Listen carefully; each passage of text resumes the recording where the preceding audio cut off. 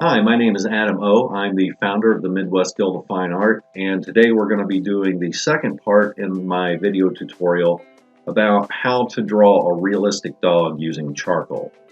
Now here's the finished product so you know what we're aiming for, but today we're going to be going into laying in blocks of shadows and blobs and little pieces of background fur along the dog's, I guess you call them muzzle. We'll be doing the nose and part of the ears. So the first thing we're going to be doing is kind of scrubbing in some dark areas above her eye and kind of mapping out the curvature of her head. So we have the curvature on the right hand side. Now whenever we do this part of the curvature on the left hand side, it's going to give us a better idea of the overall positioning and the angle of her head, how to position her nose, what direction the fur flows.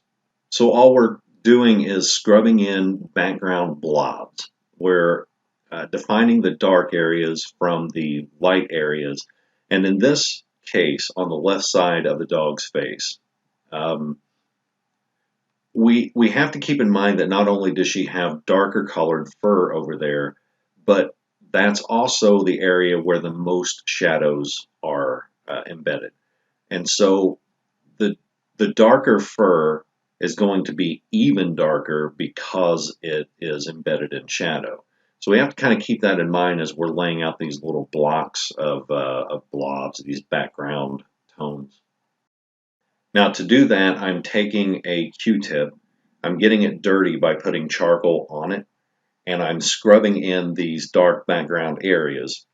And then to do the lighter areas, I'm basically taking charcoal off of the Q-tip whenever I'm scrubbing in these darker areas, and then I'm using the cleaner Q-tip, meaning there's a lot of charcoal that's been depleted from the Q-tip, and using that lighter tone to do the white areas. So I'm going to be bouncing back and forth between light and dark depending on how dirty or how clean my Q-tip is.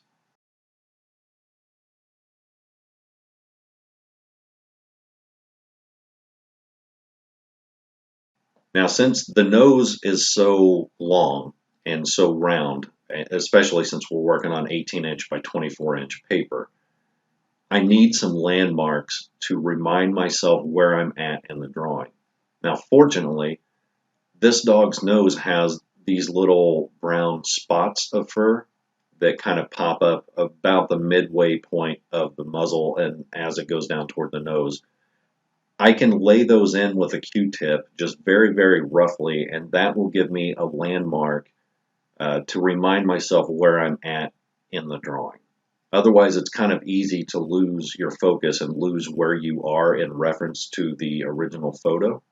But once I have those in, at a glance, I can look down and say, okay, this is the top right splotch of fur on her nose. So this is where I'm at in the reference photo, if that makes sense. It makes it easier to remember where you are and less likely that you're going to get lost and throw off the whole dimensions of your drawing, the whole proportions of your drawing.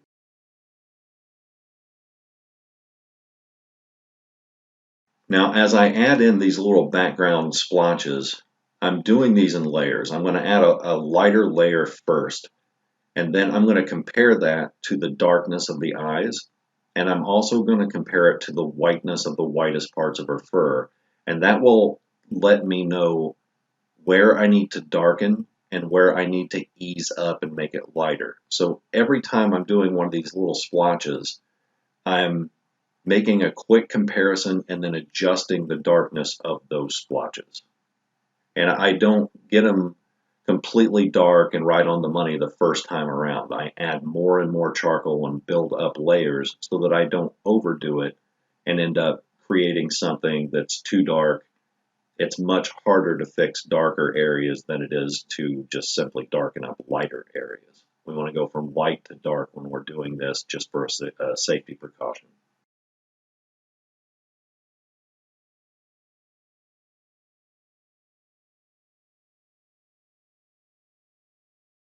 Now, right now, I'm working on what will eventually become my favorite part of the whole drawing. So most people, especially to an untrained eye, they will notice the eyes right away, and that's their favorite part. My favorite part is actually the very top edge of the nose, where the muzzle meets the nose. There's this very dark splotch of fur there that fades into brown and fades into white. That area becomes my favorite because it's so detailed whenever we get to this final product. But I'm laying in little base coats of, again, fur splotches, laying them in along the top of that nose or the bottom of the muzzle. I keep saying muzzle. I hope that's the right word. Otherwise, I'm going to feel like an idiot. And then I kind of fade those up into each other, again, very lightly with a Q-tip. I don't want a lot of dark lines here. I want this to be more of uh, a punchy gradient. When I say punchy, look at the bottom part of this big blob that I've colored in, and it'll be way darker down at the bottom than it is on the top.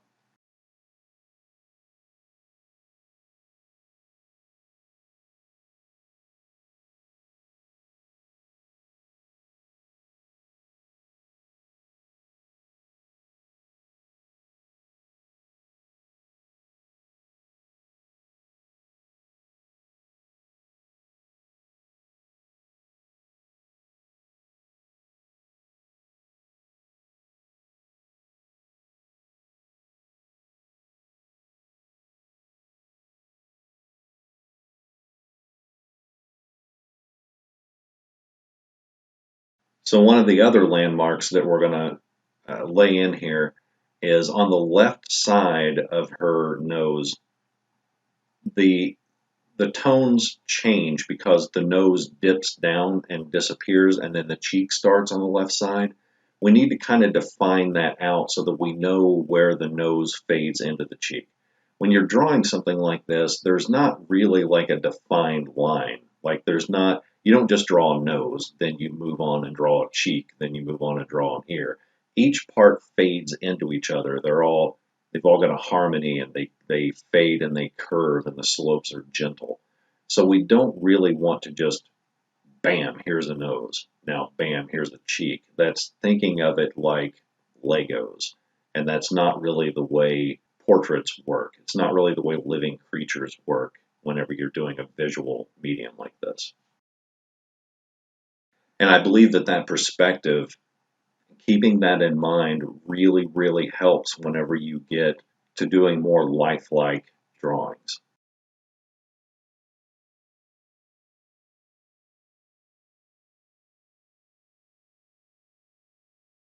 So on the left side, our left side, the cheek is much darker than the nose, especially the bridge of the nose, but it's not quite as dark as the area under her eyes. So what I'm doing is laying in a very simple, basic, darker colored background splotch. And then we're actually going to add several layers of charcoal over the top of this once we go into doing the refinement. But for right now, I just need a big splotch to remind myself that this is the cheek. This is where her face curves around and kind of disappears into her ear. And that gives us kind of a border to work inside.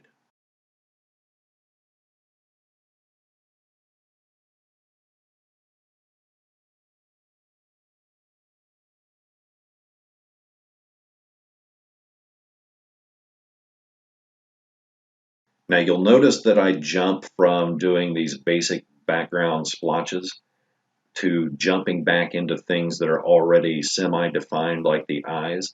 And that's because as we do more and more of this drawing, I will notice things that need to be fixed and smoothed out and refined and touched up. This is where I start to do a lot of that. This is where I can look and compare the darkness of an eye to the darkness of, her little fur spots and things like that. And it's totally fine to kind of drop what you're doing with the basic layout and go into more refinement with the eyes. One thing I try not to do, though, is get too into the refinement. I want my task right now is to complete this background basic layers. But if I notice something that needs touched up in the eyes, I'll very quickly do it and then get back to what I was doing before. Otherwise, it's easy to get sidetracked and you can spend the next 5 hours working on refinement for the eyes when that stuff can easily be done later on, and it's much easier to do later on because you have way more points of comparison because you've simply got more of the drawing done.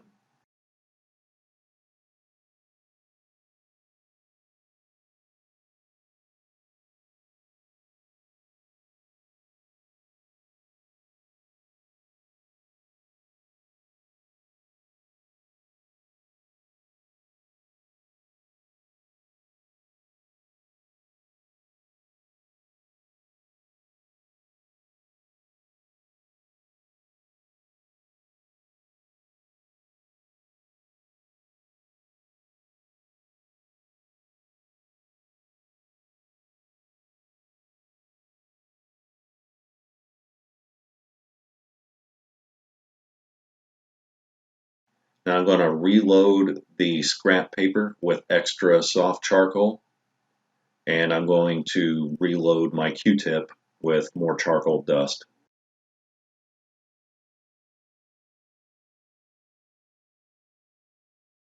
Now I'm going to start lightly laying in the fur that comes along the outline of her nose.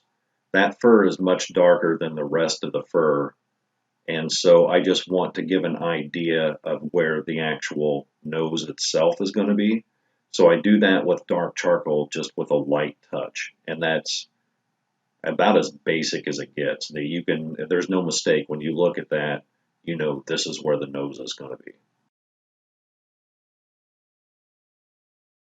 So I've noticed some points that need refinement here. So I'm going to take my blending stuff and go back up into the eyes and pull some of the fur along the black part of the eyes outward. I'm also taking care of some of the pinholes that are poking through and kind of scrubbing away pencil marks.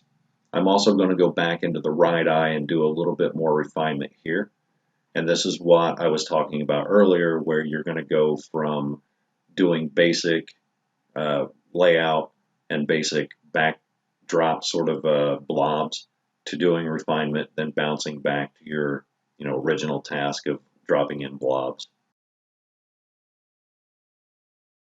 But I don't spend a ton of time on it. I get the thing done that I wanted to do, then I bounce back to my original task. So when comparing this fur to the fur that I just laid in, I noticed that there are areas that need darkened up along the top right part of her head. So as I lay in these dark areas on the right side of her head, it becomes more 3D. We're starting to do kind of a level 2 refinement here, in which we start to add a little bit better curvature. We start to darken up fur that was too light to begin with, and we're slowly adding layer after layer after layer to each part of this drawing. And again, I mentioned it in the first video, and I will mention it constantly. You want to drop in the basics, and then you want to refine later. And this is part of us, going back to refine areas that we've already worked on.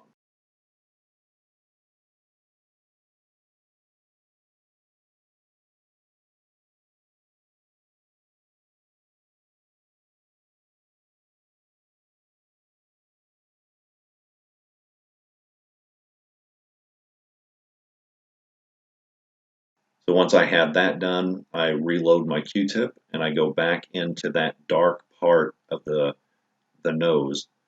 And the part I'm working on right now is a part that starts to get into shadow. So it will fade from a white on the right to a shadow covered muzzle on the left hand side. And basically I have to go back in and darken up each of those areas one layer at a time and slowly increase the depth of the darkness on that side until I'm happy with it. It takes several passes before this gets correct.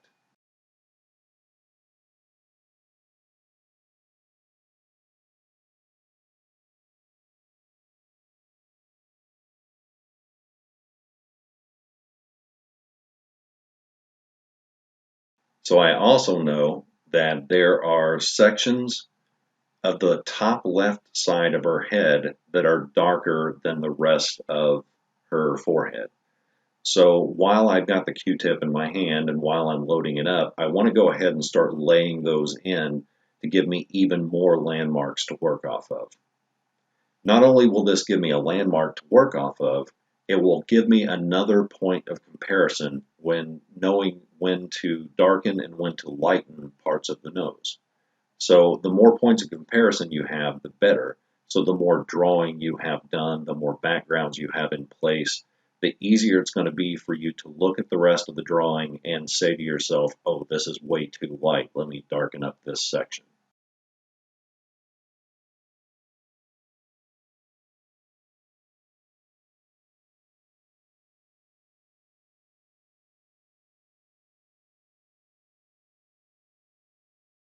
Now, by adding in the very top part of her head, which has one big dark splotch right in the middle, this does what I just explained, but it also, we're starting to define the boundaries of the head, where the head ends and where the background begins.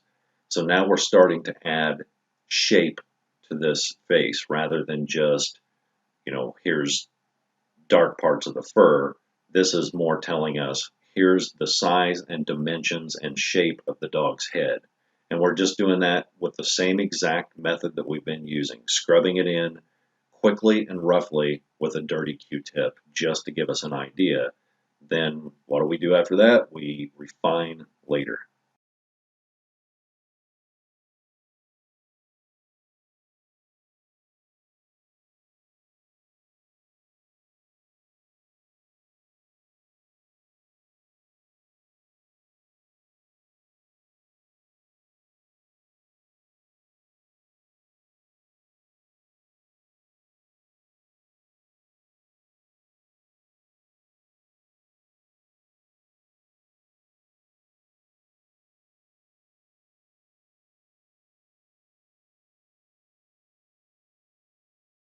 Now we're starting to get into the right ear.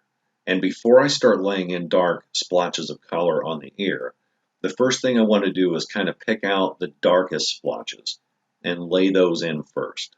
Because, again, we're adding more landmarks and more points of reference to tell us what the rest of the ear is going to look like, to tell us what the rest of the face is going to look like.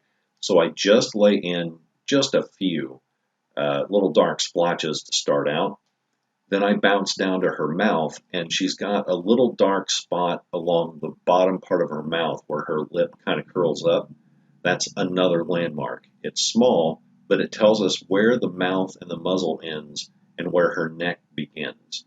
And so by adding that in right now, I can glance down knowing that that's part of the mouth, and then I can compare the distance from that mouth to the nose, that distance from that part of the mouth to the bottom of the eye, and it gives me kind of a mental direction to go. It gives me kind of a mental measurement on where certain shadows need to be placed. And you can see me placing these shadows now. I'm doing it along the mouth where the top jaw meets the bottom jaw. And that's just, again, a very, very rough line to let me know where I'm at. There's another shadow that I put in the very beginning to the bottom right of the eye. It's just one little splotch. That's just a tiny little splotch of a shadow that's going to fade and become bigger. But that's also the darkest part of the center of that shadow. So again, I'm giving myself a mental reference on where to go, how far to go, how to lighten and darken compared to the rest of the drawing. I know I'm repeating a lot of information here, but that's all I'm doing for the rest of this entire drawing, and it does bear repeating because it's the most important thing that you'll have to know when doing any portrait. Pet portrait, humans, fish, aliens, it doesn't matter. These are basics that you need to know.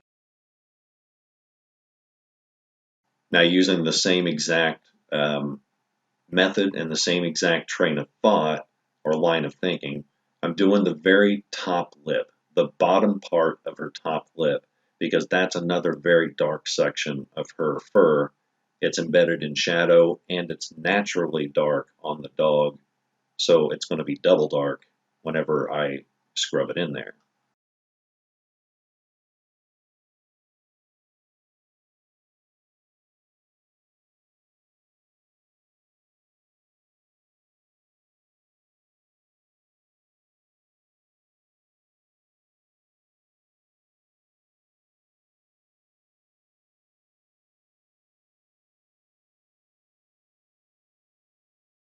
Just from those few little scrubby parts that we put in, we can already see that the dog's face is starting to take shape. It looks way more like a dog now than it did before. We haven't even gone into any major refinement yet.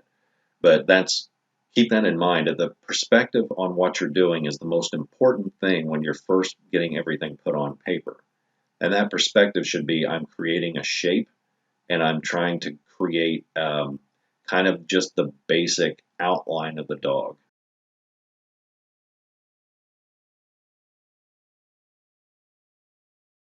If you get too caught up in doing fine details from the very beginning, and then you find that your shape is wrong 8 hours into a project, you've ruined the project and there's no coming back from that. And so that's why I always do the basics first and refine later. If there's a problem with the shape right now, the pencils that I'm using and the strokes that I'm using are so light that I could easily erase a lot of this and correct it, or I can easily push shadows in the right direction in order to change the shape and the dip and the curvature. But if I were to do all this in very fine detail, and I went through and I added strong hair shadows and highlights and all that, I can't really erase that and fix, a major mistake, and the dog's just not going to look like the reference photo. Now, also keep in mind, we're not really going for hyperrealism here, and we're not going for a carbon copy of the original photo. Some of the changes that I'm making in here are I'm playing with the contrast a bit. There are certain things I want a little darker, certain things a little lighter. It's not going to be a carbon copy of the original, but we're going to get as close as we can. We want this to, at a glance, the owner would know this is my dog.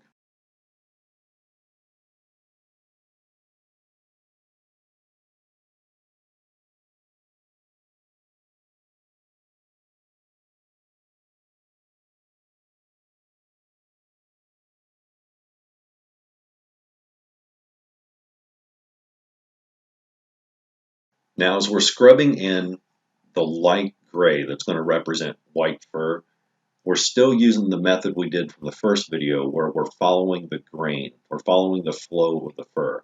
So I'm not just scrubbing it in there haphazardly. You can tell that I'm making large swoops like rainbow type strokes. Then when I get down toward the eye, I'm making downward swoops like a nice Nike swoosh.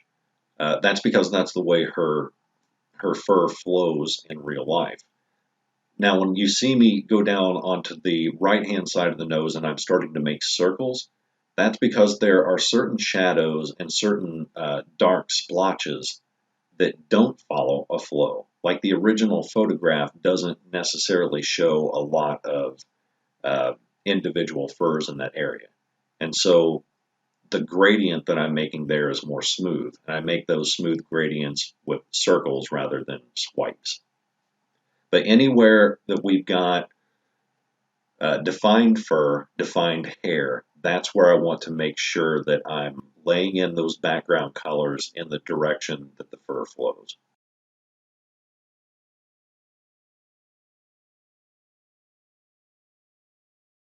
Now, this part on the right side of the face is almost magical to me.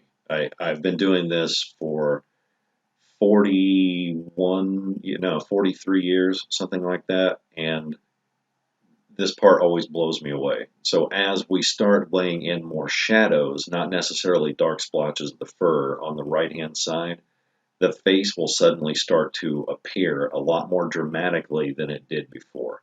And you'll notice that as we kind of scrub this stuff in on the right-hand side of the face and along the edge of the ear, all of a sudden she's looking more like she has curves in her face, and the 3D elements start to pop out a little bit more.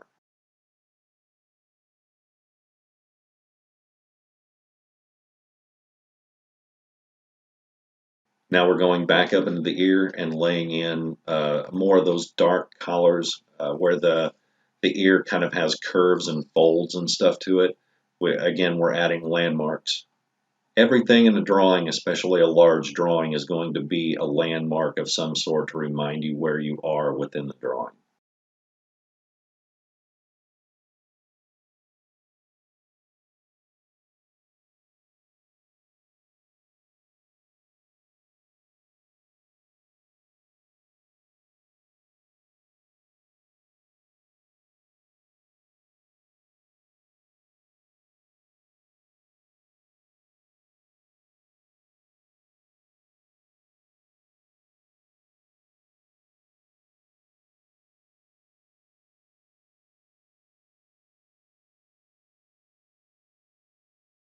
Now we'll start to add a little bit more of the dark folds of the ear. It's almost like doing clothing. It's always got little dips and creases and stuff like that in it.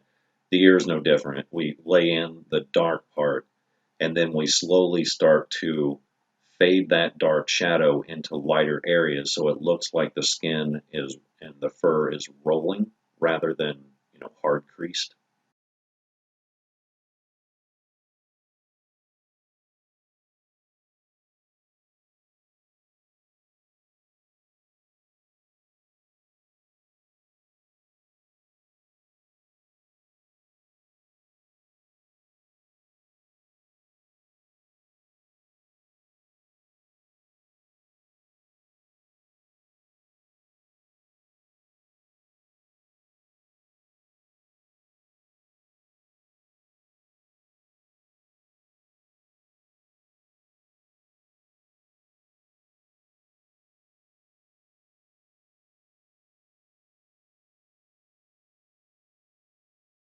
And to get that smooth gradient, what I'm doing is I'm putting a lot of charcoal on the Q-tip. I'm starting at the darkest spot of those folds and creases, and I'm scrubbing and allowing the paper to take off a lot of that charcoal. So naturally, as I scrub downward on the picture, I get less and less charcoal on the Q-tip, which makes the strokes lighter and lighter, and that will naturally create a gradient.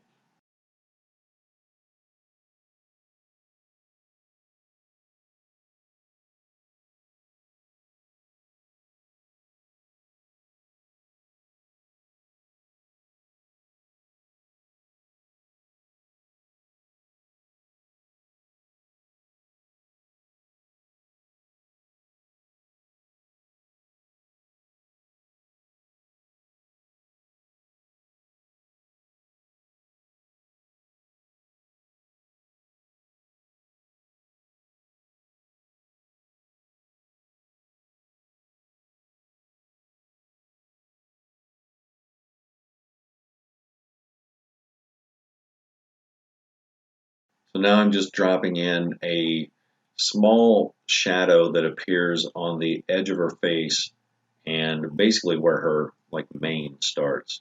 And that's just strictly for the landmark value. That in no way is ready for darkening or lightening or anything like that. That's just to let me know here's where the face ends, here's where the mane begins. And then I'm going to do the same thing on the very bottom part of her bottom jaw. I'm going to lay in those basic shadows just as like a second outline to show me the shape of her face.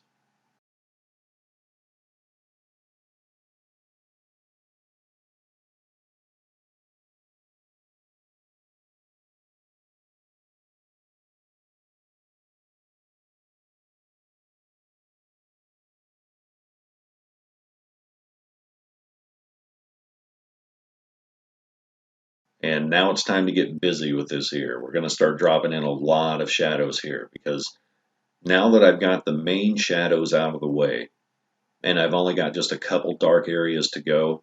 I don't need as many landmarks now because we're at the edge of the paper. I can look at those main shadows that we drop down and know where I'm at. I know the distance between the shadows.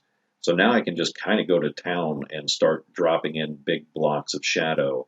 And I'm constantly scrubbing these in and glancing over at the reference photo to make sure I'm in the right area and to make sure that I've got, the right dark shadows where they need to be.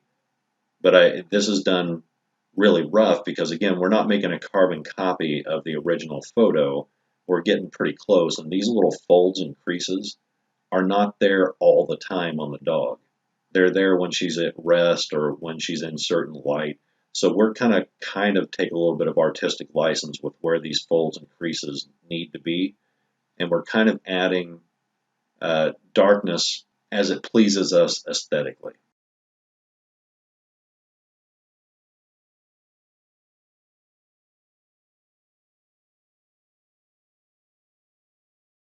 And I know just from the reference photo versus what I've drawn so far that I want this ear to be fairly dark as it gets to the edge of the paper. Because as we get to the edge of the paper and the corners of the paper, we want those to kind of stand out.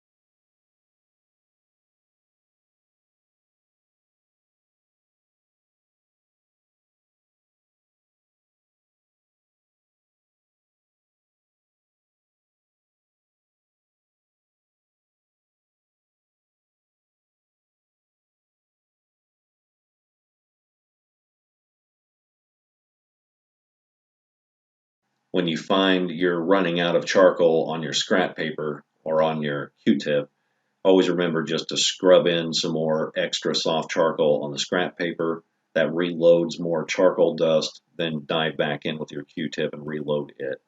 It also looks like I'm resting my hand on the charcoal splotch that I just made, but I'm actually hovering my hand about a quarter of an inch above the table, so I'm not touching that paper over there. Um, I would suggest that the paper that you're using to rest your hand on, that should always be under your drawing hand, but I've just learned over the years how to kind of hover my hand where it needs to hover. Right now I'm just using the scrap paper in my left hand in order to hold the drawing straight so that the paper doesn't wiggle back and forth as I'm scrubbing these areas in.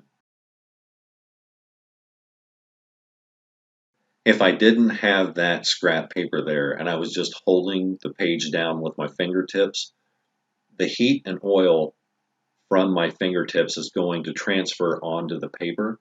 And whenever I get down to the bottom of the drawing and I try to use the Q-tip in order to lay in uh, those parts down on the bottom right hand corner, you will actually see your fingerprints there.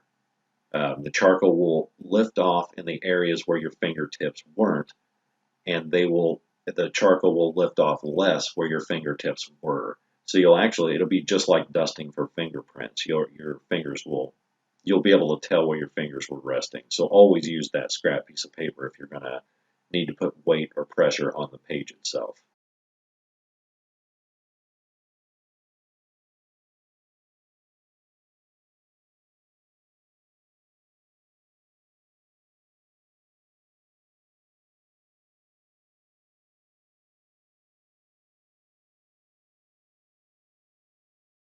So now we just fill in the rest of the ear. Now on the edge of her right ear, she's got kind of a white stripe that goes down the whole thing, and that's going to be manipulated by the kind of light that is affecting her fur.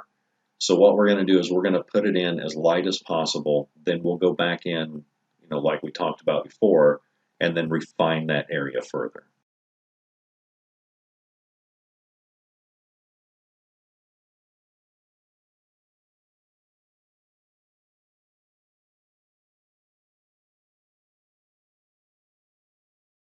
So now using a dirty Q-tip, I'm going to go back through that ear and blend that entire area together. Because as you can see, there's kind of like these little ripple effects where I've concentrated some of the shadows before. We want all those to blend together so that it makes a more solid gradient, so we don't have as many defined edges on those shadows. So one thing that you'll want to keep in mind when you're doing a portrait, or at least I do, I try to make the most detail lie in the eyes, nose, and mouth. Then as I curve around to things like the ears, hair, and anything that curves around into the background, I put less detail into those because the eyes of the viewer are going to be drawn to the center of the face. So the outside edges of things like ears are only supporting characters to show that they're there. Otherwise, I don't really want those to be a focal point. So the way that I accomplish that is to make those more of a solid gradient. I kind of give them a little blur effect, which will go into blurring in quite a bit of detail in an upcoming video because the entire background of this drawing is going to be done with a blur effect.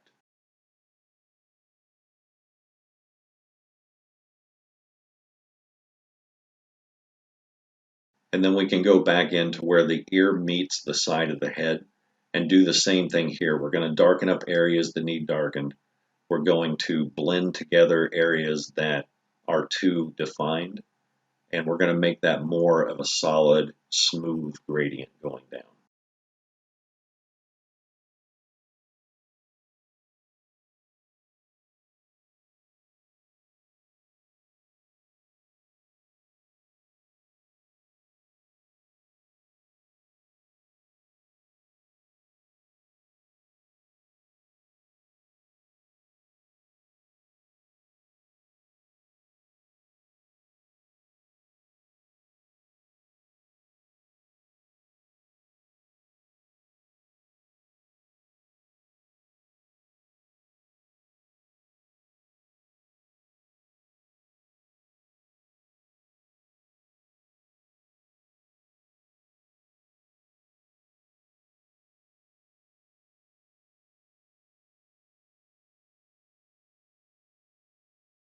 Now, one thing to keep in mind as you're doing this, it would be kind of tempting to dirty up a Q-tip and blend all that together in one big swoop, like with long lines that go over that entire area.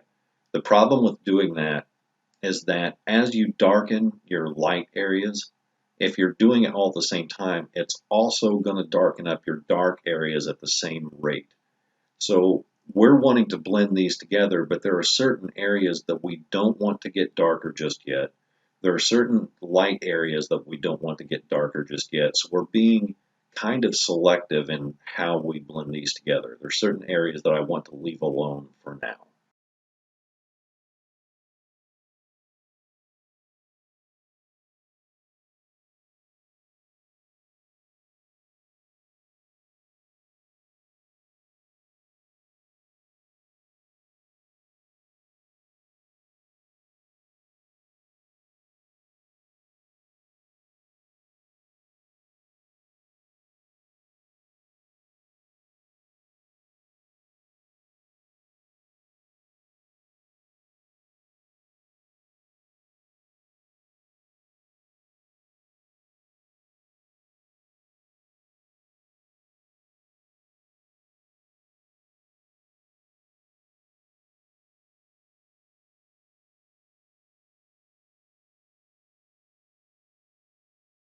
And now that we have that point of comparison, we will notice that the fur along the right-hand side of her forehead needs darkened in several areas.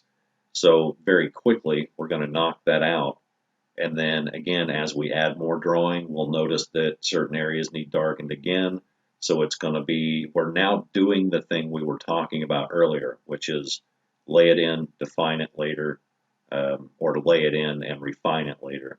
Now we're doing more refining on the forehead, which will make it look even more 3D. And we're probably going to come back to this section 5 or 6 times before this is all said and done to make sure that it's dark enough and to make sure the shadows are where they're supposed to be and to make sure that the tone is correct in relation to the other things that we've drawn.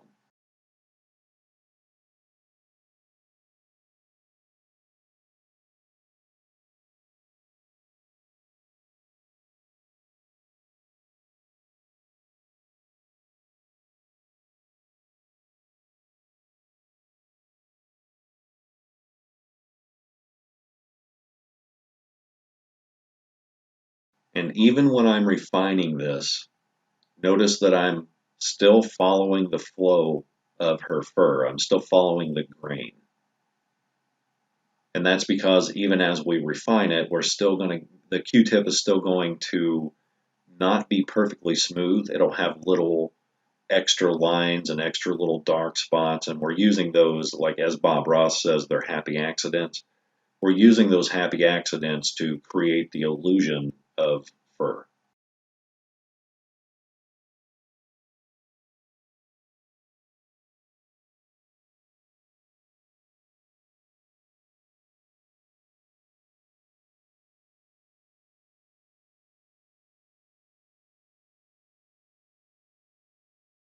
Now we can go back into the eye and do the same exact thing here, because in comparing it to the dark areas we just laid in, the eyes looked way too light.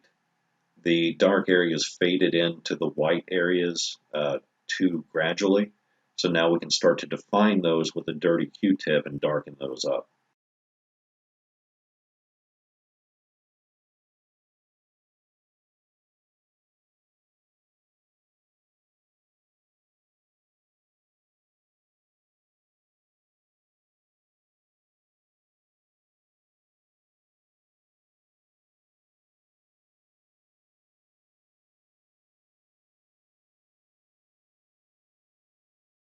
Now up here on the point of her head, I know that I'm going to be laying in white hairs and highlights on the bottom of that V with the Tombow eraser. So what I'm doing is I'm purposely drawing outside of my outline. I'm shading in further than what I need because I know I'm going to erase a lot of that whenever I start dropping in individual hairs and individual highlights.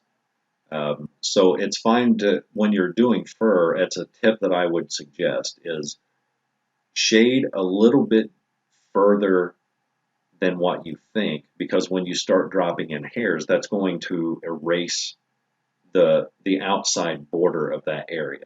And I'm doing the same thing here on the top right hand part of her head. I'm shading a little bit too far in preparation of erasing some of that away in order to add those highlights in.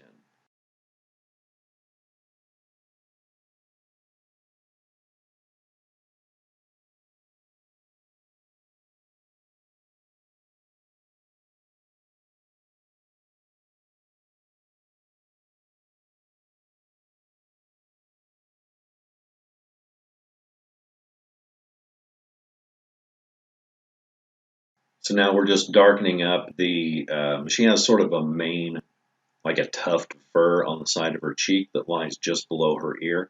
We're laying in shadows. That's going to look like white fur, but because it's embedded in shadow, it's in reality a mid-tone gray. So we're going to lay in a light layer of shadow there and then start doing a small light outline of where that her actual mane ends. And that's like a mane that's caused by where she's got a collar on underneath it and it pushes the fur up and it makes it look sort of like a lion's mane.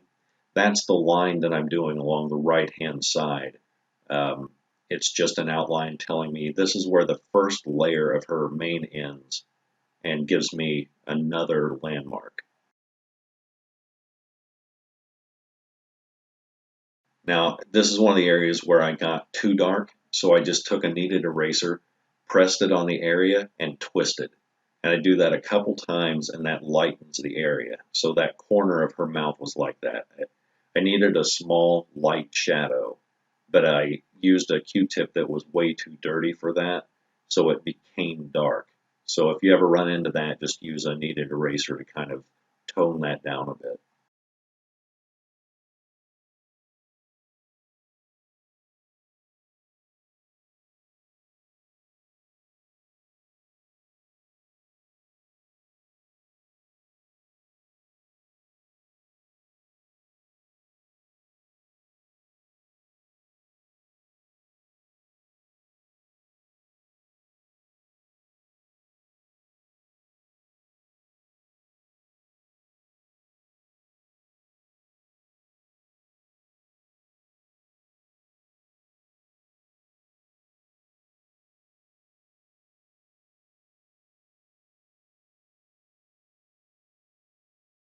Now the fur in this area is really soft and there's not a lot of defined hairs here, so I'm going to use the Q-tip mostly to do this little tuft.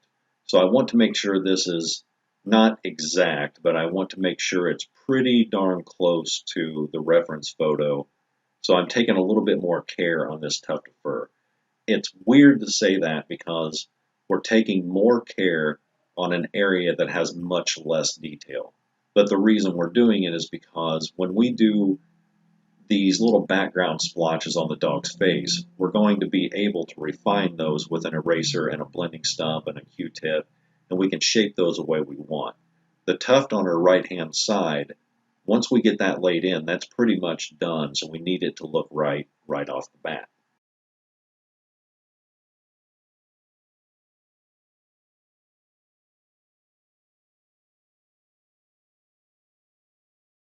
And now we can start laying in large areas of fur that goes down the right-hand side of her nose. And since the fur flows from top to bottom here with only just a slight bend, we still follow the flow of that fur with our strokes. And now as we go to the eye, that's where the fur kind of changes direction and starts sloping down and more dramatically to the right in more like a U shape.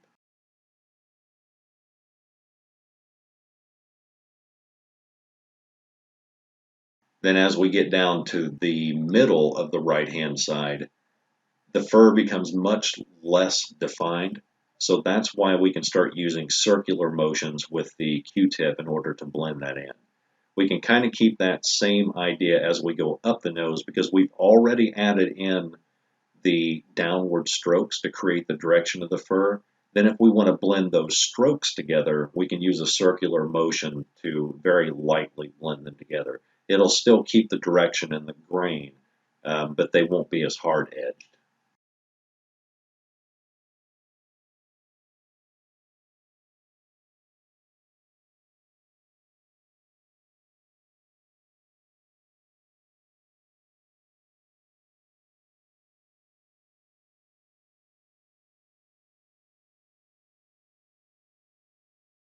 Then I noticed a part of the eye that needed darkened and smoothed out.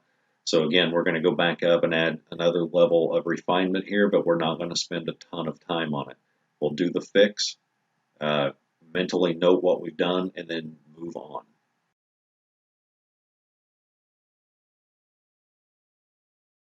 This is also where I go back and um, I decrease the size of the reflections in her eyes. If you remember from the first video, I made these too large on purpose because it's easier to make them smaller than it is to try to erase in um, over the top of black charcoal. So I'm taking the opportunity now to decrease the size of those, and as you can see when I finish it, it looks way more natural of a reflection.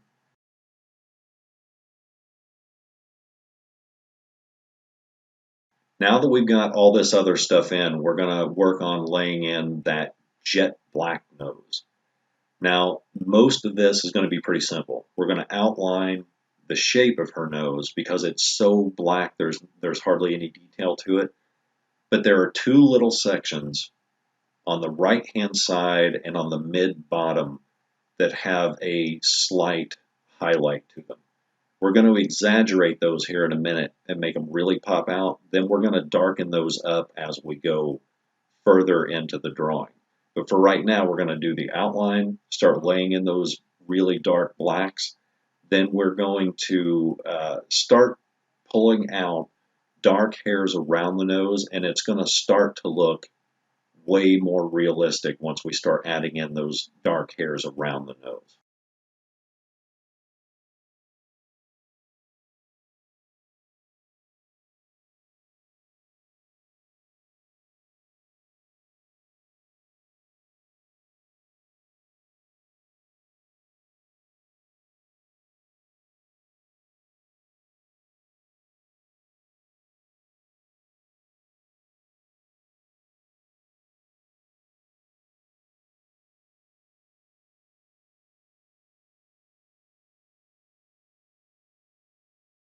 Now, before I start filling this in with a lot of black pencil, I'm going to give a real rough outline of where those highlights are. That way I don't accidentally scrub black charcoal over them. I just want to get, a pretty good idea of where those highlights are going to be located.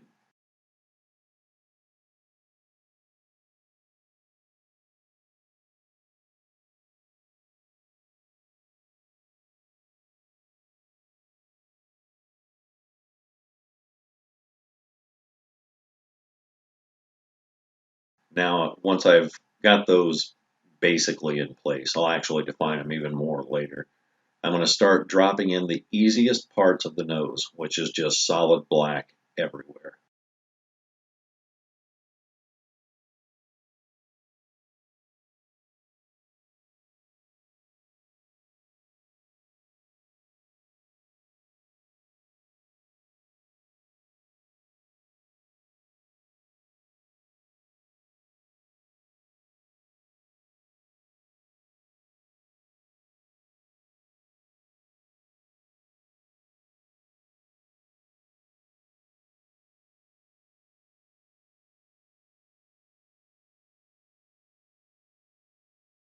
Now, this is one of those areas too where it's really fine if you have a lot of pinholes poking through. And when I say pinholes, I mean if you scrub, it doesn't matter how black your charcoal is, if you scrub an area with a lot of black, you're going to have these little pinhole points of white paper showing through. That's natural, that's the texture of the paper showing through.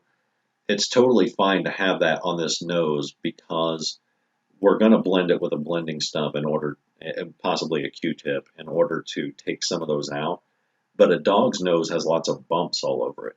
So if you wanted to, you can actually leave a lot of those in, and it will look like wetness, and it'll look like light glinting off of those little bumps. It's a neat little trick to add texture to things like dog noses.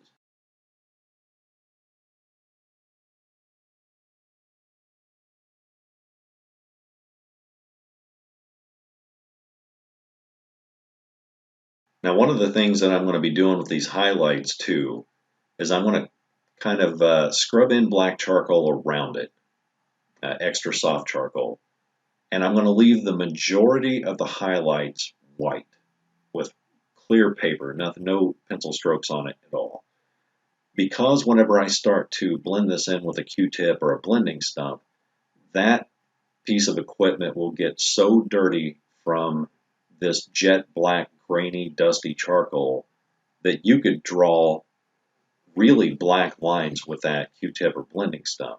So if I go over those white areas very lightly with that extremely dirty stump or Q-tip, it's going to add another layer of blackness over that highlight, but it won't be quite as dark as the jet black that we're doing around the highlights. So we're going to use a very, very simple method of creating the highlights by coloring all the way around them, then using our blending technique in order to darken them up and make them look natural.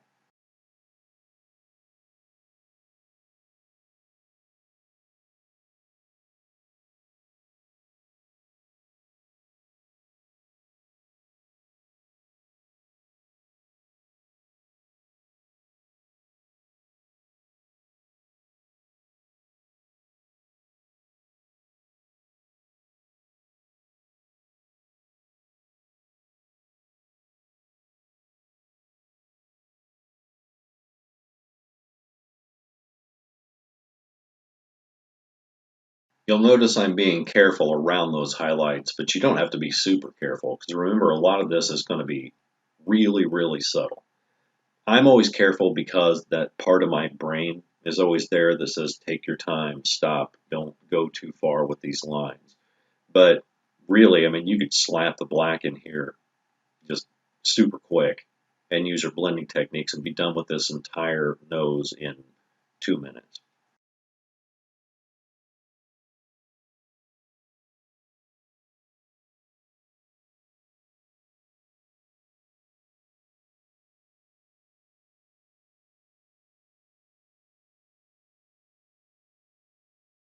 Okay, now I can grab our Q-tip and start blending in the nose, and I'm staying away from the edges here because I don't want to accidentally go too far and create a smudge of charcoal outside of the borders of that nose, because the nose is fairly sharp in the reference photo. If I accidentally went outside those lines, then I'm having to use an eraser to correct it, which if you can avoid using an eraser for correction, it's way better. Uh, I only use an eraser in an emergency or to add highlights. Otherwise, I try to stay away from it because it can destroy the teeth of the paper.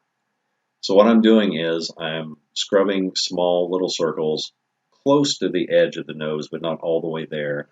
Then I can refine that here in just a bit with a blending stump in order to get around the sharp edges of the nose. Because a Q-tip's fluffy and a blending stump is not.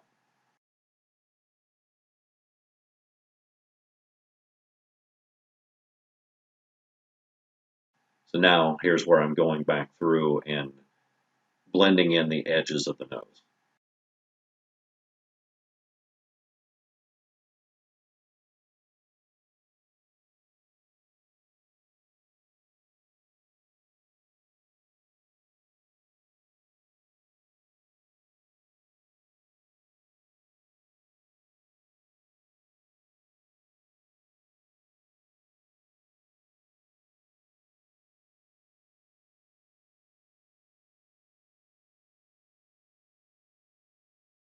This is also another one of the reasons why I love charcoal.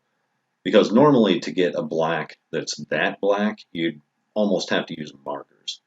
But extra soft charcoal can create some of the darkest blacks out there, and that being able to control that level of blackness on a drawing is what can really make it pop out and look realistic in the end product.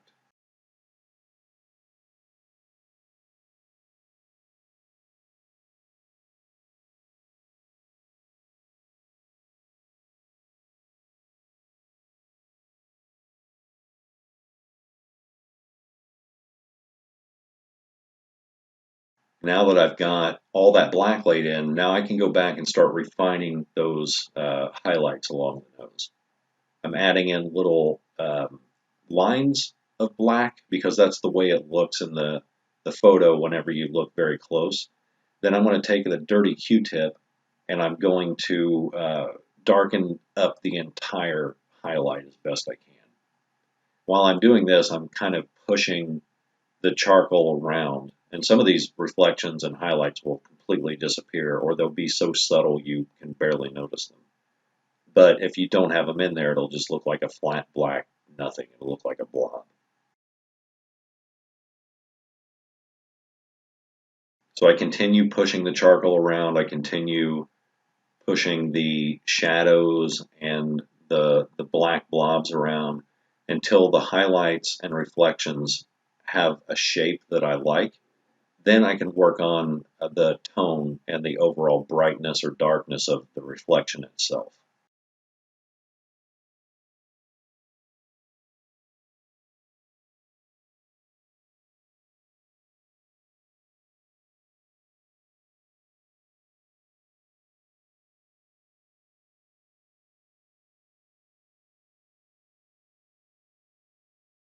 Now, as you can see, it's already starting to look like a realistic nose, and as we refine that, it's just going to look better and better.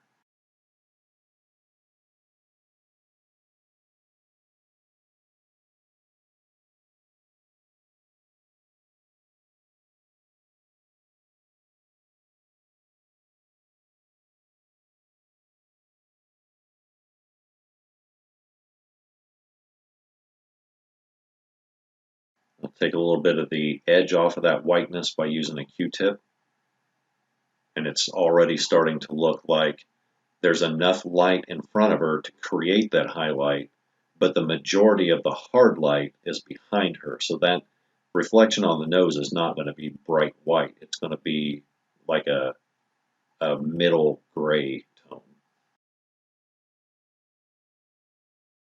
I'm also using the Tombow eraser to add in tiny, tiny little glints of light to represent the bumps that are on her nose.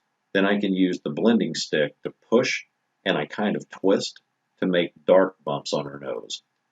And if you do those side by side, it'll make it look like divots in some areas and lumps in other areas. You just don't want to go crazy with them, but if you use them sparingly, it'll add a texture that you can't get with just a Q-tip alone or with pencils alone.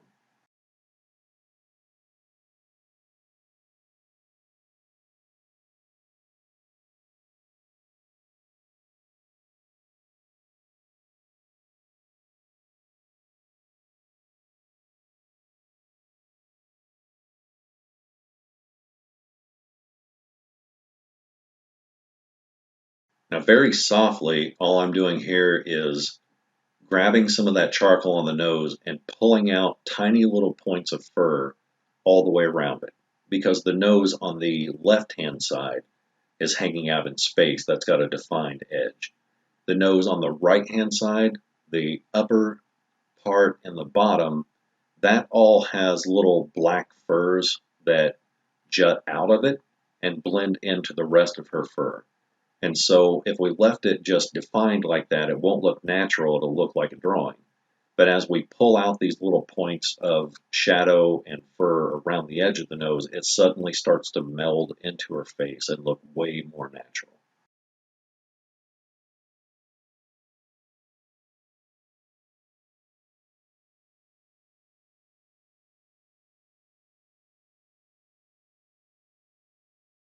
And as you can see here, before we even get into major refinement, that's already looking natural and realistic. The nose is one of the few areas that we're going to have a lot of refinement right off the bat because it's mostly black. There's not a lot we're going to do to the nose itself. So we want to kind of try to get that done all in one swipe and then just forget about it for the rest of the drawing. We can adjust it later, but for the most part, the nose is not a lot of detail.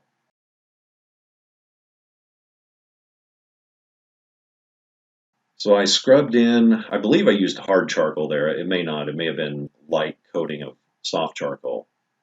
But I made a little blob right in the middle of her nose.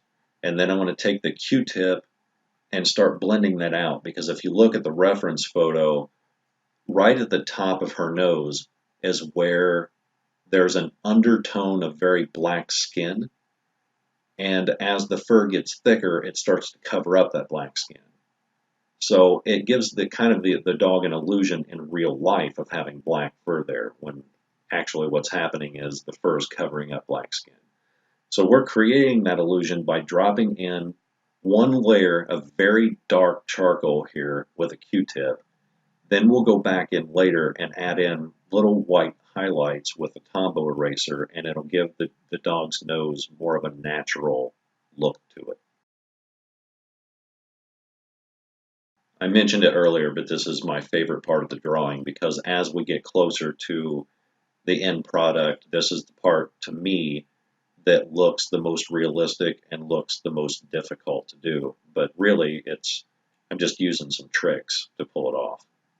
Now, also, while we've got a really dirty Q-tip here, we're going to go over those little splotches of fur, the little spots of fur that appear on her nose, because those we're starting to get to their actual natural color.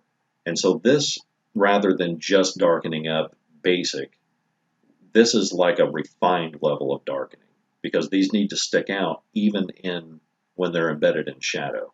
So we're doing a basic layer above the nose and we're also doing some refinement on those spots at the same time.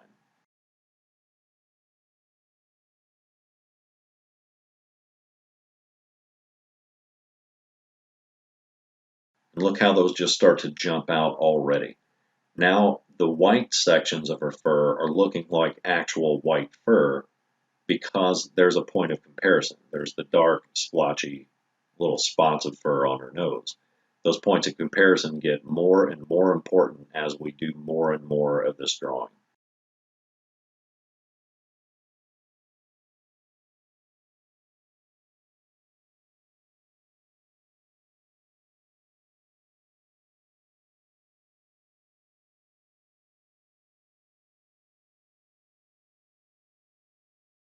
Now we can use the same dirty Q-tip to go on the underside of her mouth and start laying in the dark parts of her mouth and the darker parts of the shadow of her mouth.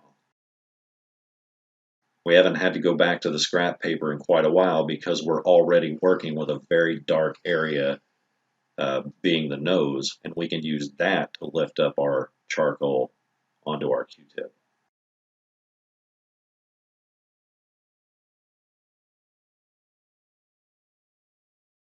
Now I'm overlapping these strokes on the bottom part of her mouth here, into the nose itself. I'm just doing it very lightly.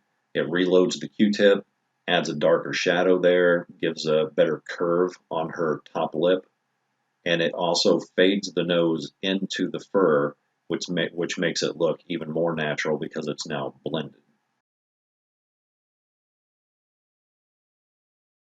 Thanks for watching part 2 of the video. I'll have probably about 3 to 4 more videos after this before we have a completed drawing.